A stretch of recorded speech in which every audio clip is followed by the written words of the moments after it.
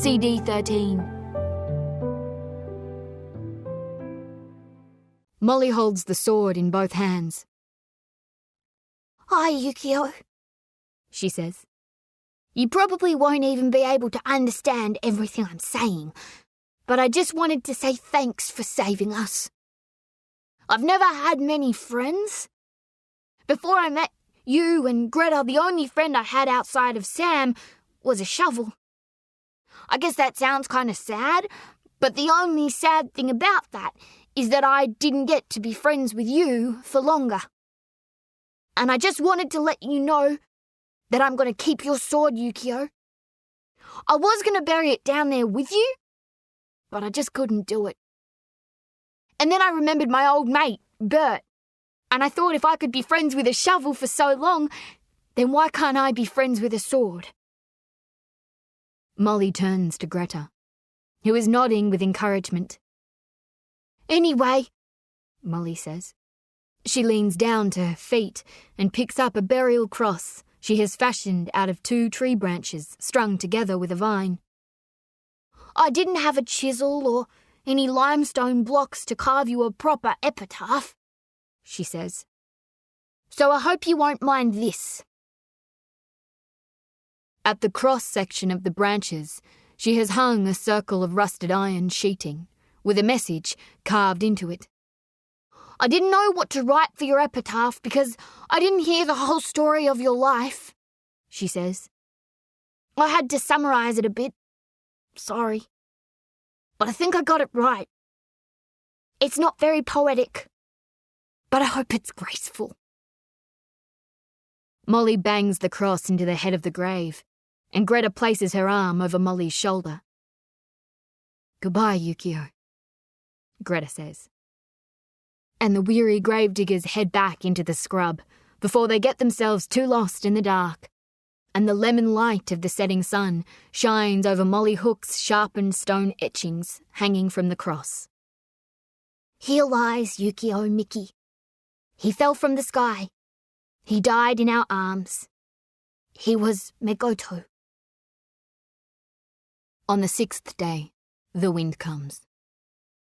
The sky turns to grey and then to green. The lightning returns, and the roofs of the huts must be tied down with old rope and vine. Then the rain comes, and the elders turn their heads to the sky, and it is decided that the group will leave the camp and move to the shelter of a spacious cave less than a mile to the east. As the rain falls hard on her hut, Molly sits alone on her paperbark bed, holding the red rock she took from the cradle of her mother's chest. Then, Longcoat Bob opens the woven speargrass door. The girl freezes. Longcoat Bob enters the hut and kneels down beside the girl. He studies her in silence, and then he reaches his hand out to hold the red rock that she nurses so fondly.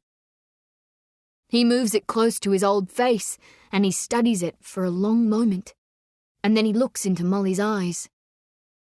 "You stopped talking to the sky," he says. "What?" Molly replies, stunned, confused. And for a moment, she believes in magic. He is all they say about him, she thinks. Longcoat Bob, the sorcerer.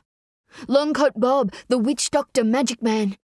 Longcoat Bob, the spinner of spells, conjurer of curses, reader of minds. "Sam said, 'You talk to the sky,'" he says, "but you've stopped." Molly nods, struggling to keep eye contact with the old man. "I talk to the sky too," he says, and he smiles. "I heard her, Molly Hook," he says. "Who?" He stares into her eyes. He places a hand on her shoulder. Then he turns to leave, taking the red rock with him. "Come," he says. "She needs to tell you something." And he walks out into the driving rain. Rain so thick, Molly can barely see Greta and Sam's family and friends as they set off east through high, thick scrub, with baskets of provisions in their hands. Molly heads in the opposite direction, scampering west, barefoot because she left her boots back in the hut, through the slamming wind and rain behind Longcoat Bob, whose long black coat seems to be some kind of iron armour against the wild elements. Wait! Molly calls as the old man cuts along a barely visible forest path through clusters of soap trees and a row of dense pongamia trees with pink and white flowers that shake like rattlesnake tails in the constant wind. "Come, Molly Hook," Bob calls, waving his arm as he disappears down an invisible path through thick, rambling forest climbers with purple berries. The lightning crashes in the sky and it makes Molly duck her head, and when she looks back up again, she can't see the old man through the grey wall of rain. So she runs and she runs, only on instinct, and she catches the swing of Bob's blowing coat as he darts left along a path, through a wall of palms of yellow flowers, and the fruits that Molly saw back in the camp, hanging from the necklaces of the female elders. Wait! Molly calls. Molly is lost now in a thick monsoon vine forest with no sign of Longcoat Bob, and she turns on the spot in the suffocating wind and rain, and she searches for a point to run to, and guidance comes from the sky. A fork of lightning that lights up a narrow path that she sprints along for 50 yards or so before she comes to a field of sandstone boulders, and among these rocks she can just make out the black of the old man's coat shifting in the heavy rain. Then she sees the coat stop on the far edge of the boulder field, and she hears the old man's voice through the rain. "What are you waiting for, Molly Hook?" Longcoat Bob calls. "Come!" And he disappears into the rain. Molly scrambles over the boulders, her feet repeatedly losing grip in the rain. One rock to the next, bounce, bounce, bounce. She loses her footing, and her shins take the brunt of a sharp edge that cuts her and bruises her, but does not stop her moving forward, forward, forward, behind the sorcerer who placed the curse upon her heart. The ground beneath her feet slopes up now, a hill of stone that rises for 40, 50, 60 yards. And at the top of that hill, she can see Longcoat Bob through the rain, powering up the slope, Molly's red rock gripped tightly in his right hand. Violet's rock. Molly scrambles up after him. Far, far up the hill she climbs, breathless and rabid and close to something she can't put her finger on. Close to an answer. Closer to the curse. And the lightning crashes and the rain buckets down on her brown curls, and the wind wants to push her back down the hill. The wind does not want her to know what waits atop this hill. The earth rebels, Sam said. The rain rebels, she thinks. The wind rebels. But Molly keeps pushing forward. Pushing with her legs and feet, and with her head and chest down so close to the sandstone beneath her that she's almost crawling up the hill. She looks up to find the black of the old man's coat. But there is nothing to be seen now but rain and grey and rock. Run, Molly, run, she tells herself. Dig, Molly, dig. Dig for your courage. Dig for your strength. Dig for your truth. And her hands are on her knees when she reaches the crest of the hill, panting for air in the thick rain. And she can see that she is now standing on a flat overhang, and this startling formation looks out over the whole of the deep country. And the girl and the sorcerer are so high up that Molly wonders if she could see the ocean, given a sky that wasn't so cross with her. And she turns her gaze from the deep country to the old man in the Admiral's frock, who kneels before a large, eroded, bowl-shaped hollow in the centre of the flat rock. Wild hair, and a wild black coat blowing in the wild wind. He seems possessed by the storm. In Molly's eyes, he is the lightning, And all his power comes from the electricity in his right hand, and inside his right hand is a large ball of perfectly rounded granite that he is furiously bashing against Molly's red rock, which he has placed in the centre of the bowl. "What are you doing?" Molly screams through the rain, her hair across her face, her sky-blue dress soaked with rain. The old man strikes and strikes and strikes at the rock, and the lightning strikes over him. Molly sees now that he's trying to crack the red rock. Molly's rock. Violet's rock. "Stop it!" she screams. "Stop it!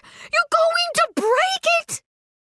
And she rushes towards him at the very moment Longcoat Bob drops the ball of granite and leans back with his right arm held out to stop Molly in her tracks.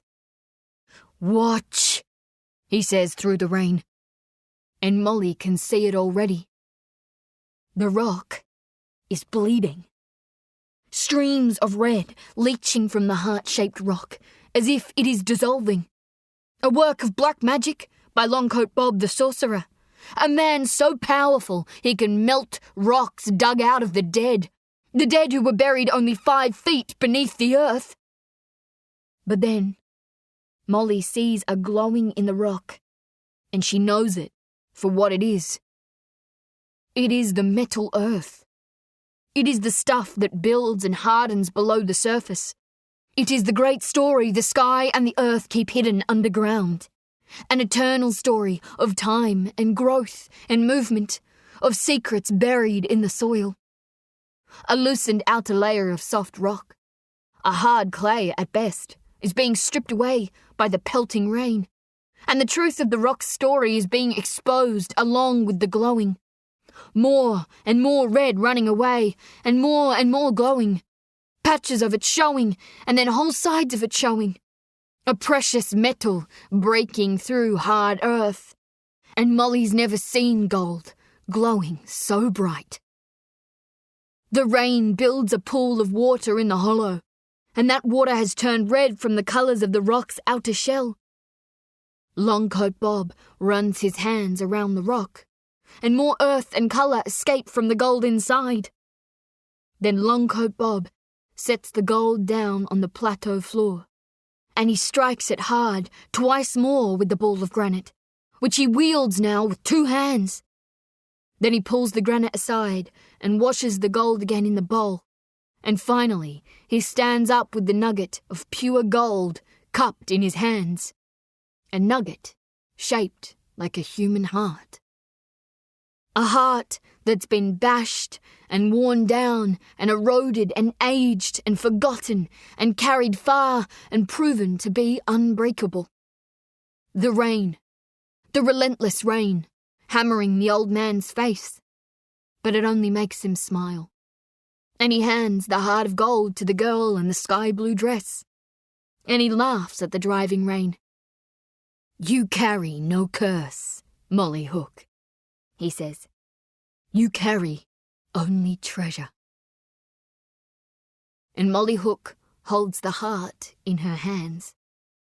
And she is certain in this moment that it is not rain that floods across her face. And she realises that if there is treasure to be found anywhere under the shimmering skies, if there is true value beneath the high plane of heaven, then it will be the lips of lovers that will one day fire her soul, and the fear that will always make her fight, and the friends who will take her fears away, and the children she will call her own, and the wonders she will see on the trees and leaves and mountains, and in the stone and iron and glass buildings that will touch the day and night skies across her world. It will be in the joy and sadness that will gather in the corners of her eyes, all that salty treasure leaking from all the life she will bury inside herself, from the glowing inside her. An epitaph with no end, leaking out of the gravedigger girl.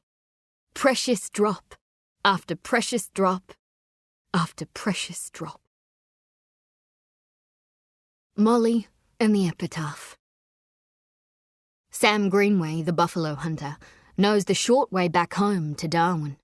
But Molly keeps insisting on going the long way. Sam makes the mistake of telling Molly about how good a mudweck tastes cooked on a bed of hot coals. They are a delicacy, he says. They're known as longbums in his family. He says it's a kind of snail that can grow as long as Molly's middle finger, and when he says it possesses the strangest blue colouring, like a bright blue sea, Molly begs him to take a detour off their path to a faraway mangrove forest where Sam knows the longbums will be clustering together in shells shaped like ice cream cones. Sam walks in front, and Molly walks in the middle, and Greta Mays walks behind. 3 travellers again, in the deep country. Sam holds only his spear, but Molly and Greta carry grass shoulder bags filled with fresh berries and bush tomatoes and snake meat wrapped in mulberry leaves and water, all given to them by Sam's aunties. Molly doesn't want this walk home to end, because there is no fear now in the journey. She feels like she's walking inside the very moment in a Gary Cooper picture when the bad guys have gone away or been buried in the dirt and the sun is taking its time to set and everything seems to glow with hope and security. It's always been her favourite part of any picture. She always wanted to stay in the warmth of that balanced moment, dive into it. But then the canvas picture screen at the Star would turn to black and the picture credits would roll and people in the audience would clap their hands with joy, but Molly Hook would sit in silence because those picture credits rolling meant she had to go home. And that's what Darwin is to her now. Darwin is the black screen. Darwin is the credits rolling. Darwin is real life. They pass 2 cascading waterfalls along the way to the mangrove forest.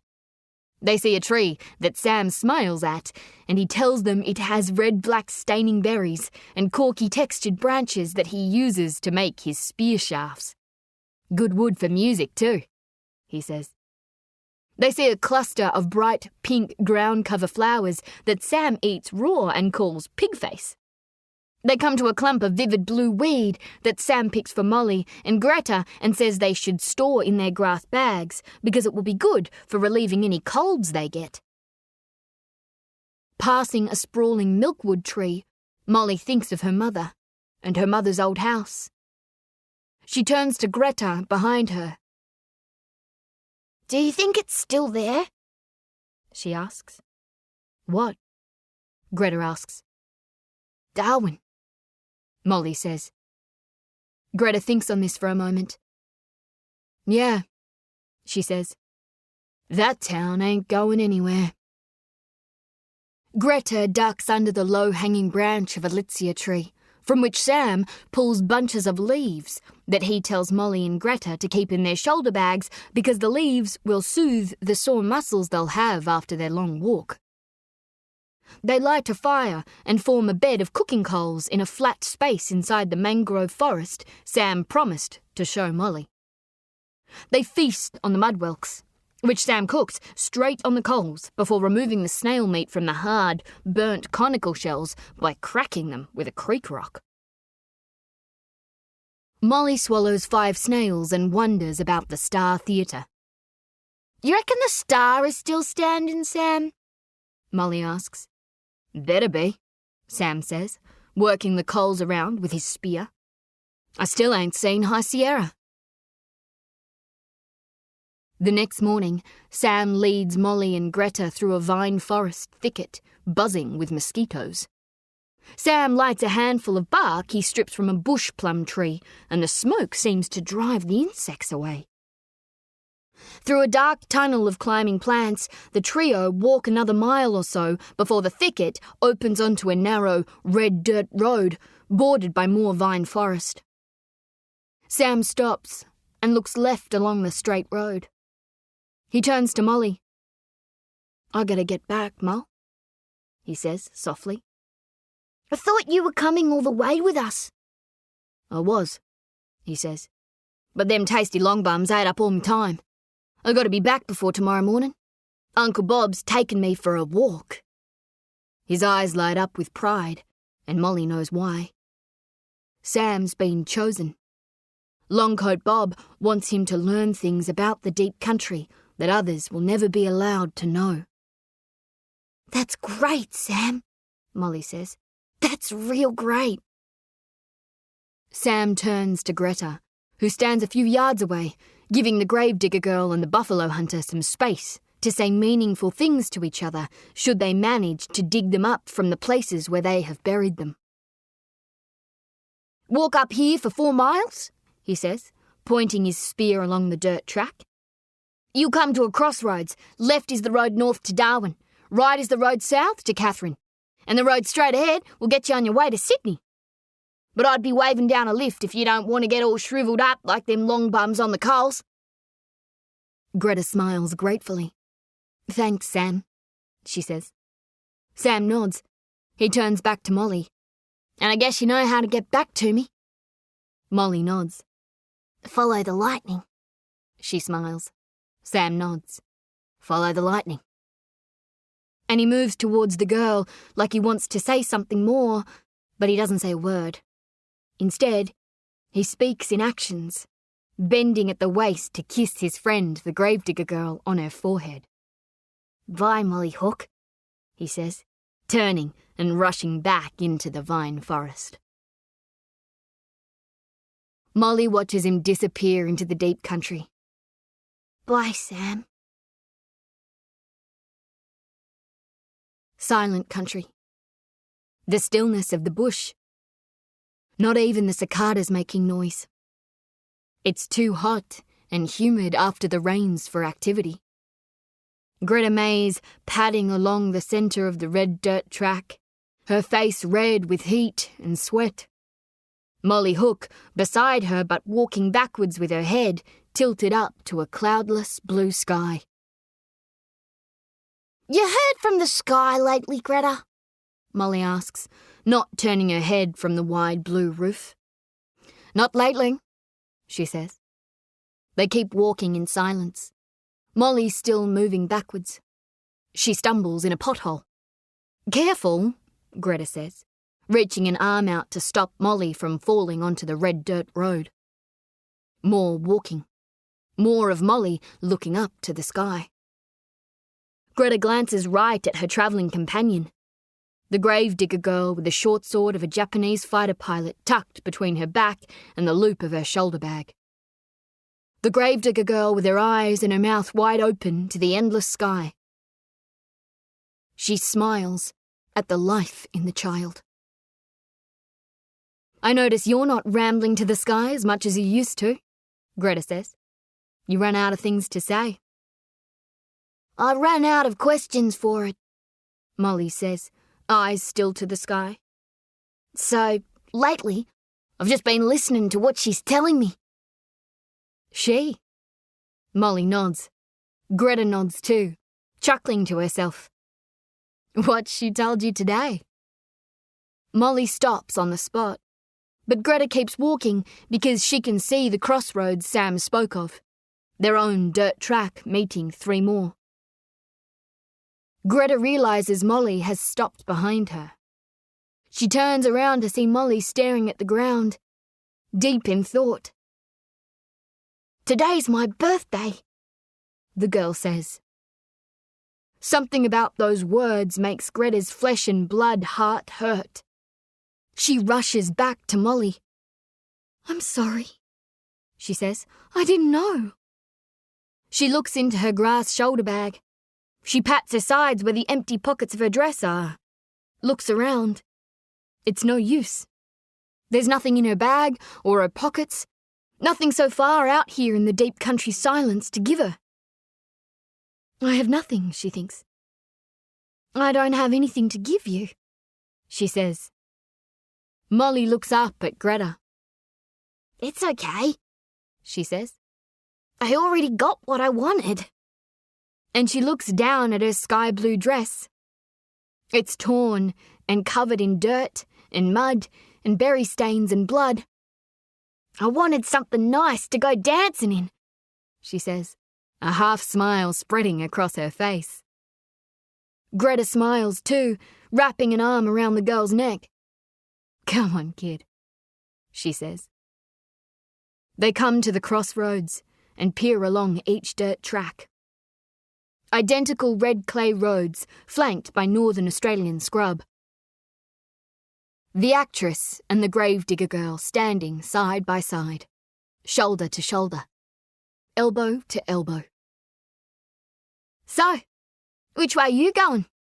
Molly asks, staring ahead. She knows what the answer will be. Don't look at her, she thinks. Don't let her see how much it hurts when she says what she has to say. Greta looks left and ahead and then right. "Well," she says, "I thought I'd go wherever you're going." And Molly stares ahead in silence. "Nuts like you and me should always mix together," Greta says with a wink. And Molly feels that the whole of the deep country is silent, except for the sound she now makes as she tries and fails to hide her tears. She rubs her eyes. "Are you crying?" Greta gasps theatrically. "I thought you couldn't do that." The girl laughs and snorts through her tears, and her face goes red with embarrassment. "Turns out I could only do it when I'm happy." She chuckles, wiping her eyes with her birthday dress. Greta elbows the girl. "So, which way you going, Molly Hook?" she asks. Molly turns her head to the sky for a moment, and she nods her head at that blue ceiling, as though she's heard a message from it loud and clear. And Greta watches Molly reach into her makeshift shoulder bag and retrieve a piece of raw gold bigger than her fist, which she then rests on her open palm. "What's the quickest way to California?" the girl asks. And she turns her head to Greta Mays, and she smiles because the actress glows.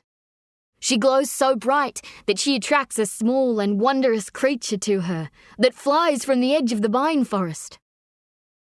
A small, white butterfly that floats out of the deep green and flutters around the shoulders of Greta Mays before rising towards the blue sky and pausing to hover momentarily above the tilted and awed faces of the crossroads travellers. Molly Hook reaches both her arms up to the butterfly, beaming and bouncing as she waves at it. The butterfly pushes on through the warm air, and Greta smiles, and her eyes follow its direction of travel. "That way," she says.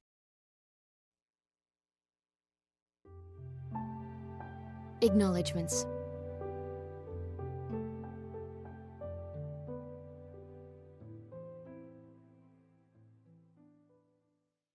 The traditional story that Sam Greenway refers to in his recollections of what his grandfather called the Lightning Man is from the story of Namagon, who signifies the coming of the wet season in Australia's top end. This story belongs to the traditional owners of this vast region, and it is with utmost respect and thanks to elders past, present and emerging that I refer to it briefly in this story. Deepest thanks to Alison Nawaridge and her husband Leslie Nawaridge, a senior member of the Gunwingu family of artists from Western Arnhem Land. Leslie's grandfather told him the story of Namagon, and I am profoundly grateful that he helped me word the text and this acknowledgement. Deepest thanks to Tess Addy and Greg Balding. Tess grew up in the area that was later proclaimed Litchfield National Park. She has family all the way from Mandorah on the Cox Peninsula to Pepperminati beyond the Daly River. Tess runs the Northern Territory Indigenous Tours, a wholly owned Indigenous tour company specialising in natural and cultural interpretation from an Aboriginal viewpoint. She and her partner Greg generously assisted me with passages of the text and showed me how to see the top end with my heart and soul as much as with my head. Their deep knowledge and infectious love for their wondrous and vast backyard ripples through this book. In January 2019, it was my honour to travel to Groote Island, off the remote eastern coast of Arnhem Land, with the MJD Foundation, an extraordinary organisation that works in partnership with Aboriginal Australians, families and communities living with the genetically inherited neurodegenerative condition Mercado-Joseph disease. The highest concentration of MJD in the world is on Groote Island, where an estimated 186 members of the 1,100-strong Indigenous population have parents or grandparents who inherited the disease, giving them a 50% chance of also having MJD. It was amid the dreamlike wilderness of Groote that Steve Bakala Waramara told me of the bush medicine and deep magic knowledge passed on to him by his father and grandmother, which he is using to assist Sydney scientists in finding a treatment or cure for his MJD condition. I could not have met a more inspiring individual just prior to writing this book, and I have no doubt that a good deal of Bakala's charm and charisma unconsciously found its way into Molly's hero, Sam Greenway. Deepest thanks to Bakala and the MJD Foundation. Thanks to the team at Translations for assistance with Yukio's dialogue. The poem Greta enjoys in the story is The Woman at the Washtub, written in 1902 by the Australian poet Victor Daly. Molly and Aubrey quote lines from Walt Whitman's 1855 poem Song of Myself. Story and structure ripple through Catherine Milne's veins, and her passion for books and words infects the blood of every last writer lucky enough to work with her. You saw where Molly was going from the start, Catherine, and it opened skies in my head. Thank you, dear friend. Alice Wood, Wingwoman, Wonder, Weapon. This book exists because of you. Everyone needs a Scott Forbes in their life. Sentence Saviour, Error Terrier, Hawk-eyed Genius. Thank you, Scott. Thanks for the exceptional proofreads, Pamela Dunn and Nicola Young. Darren Holt, you are a miracle man to me. A gift, too. Thank you. Thanks to Jim Demetrio, Brigitte Doyle, Libby O'Donnell, Darren Kelly, Tom Wilson, and the whole rattling and unstoppable HarperCollins Australia engine. Thanks to the great James Kello for your faith, which turned into my belief. Thanks to every last Australian bookseller and book reader for everything you did for Eli Bell and his family, and by that, I mean my family. Thanks to Christine Midap and the whole beloved OzMag gang. Thanks to Christine Westwood, Michelle Gunn, Helen Trinker, Chris Dorr, Nicholas Gray, Michael Miller, Campbell Reid, Justin Lees, Amy Lees, Andrew McMillan, and the glorious members past and present of that white-hot indie pop-rock journo band, The Bureau. Thanks Mark Schliebs for the early read and the inspiration. Thanks Stephen Ramey, fellow rooster. Thank you Sir Matthew Condon, fellow sailor. Thank you Asher Keddy, Christina Olsen, Richard Glover, Venaro Amano, Annabelle Crabb, Claire Bowditch, and Kathleen Noonan, Earth Angels all. Thanks for your magic, Mem Fox. Thanks to Adriana and Dan Penman, Christy and Matthew Gooden, Rebecca and Chris Lane, dear Laughing Circle. Thanks Christine and Stefan Shilkarski, Sue Ellen Cash and Brad Sonego, Serena Coates, Edward Louis Severson III, and every last beloved friend I thanked the last time. Thanks for all of it, Mum. Thank you Darcy, Mara, James, Reggie, Ethan, and Rosalie Dalton, and your beautiful mums and dads. Thanks, dear Jessie. Thanks, Dawn and Bernie Fransman. Thanks, Lenora, Michael, Patrick, and David O'Connor. Thanks, Tim, Kate, Jack, and Ava Fransman. Fiona, Beth, and Sylvie, I would need to write a novel to thank you properly, which is why I wrote this one. I love you, and thanks for the skies, Dad. I see you. Rock on, George Doringo. One more time now.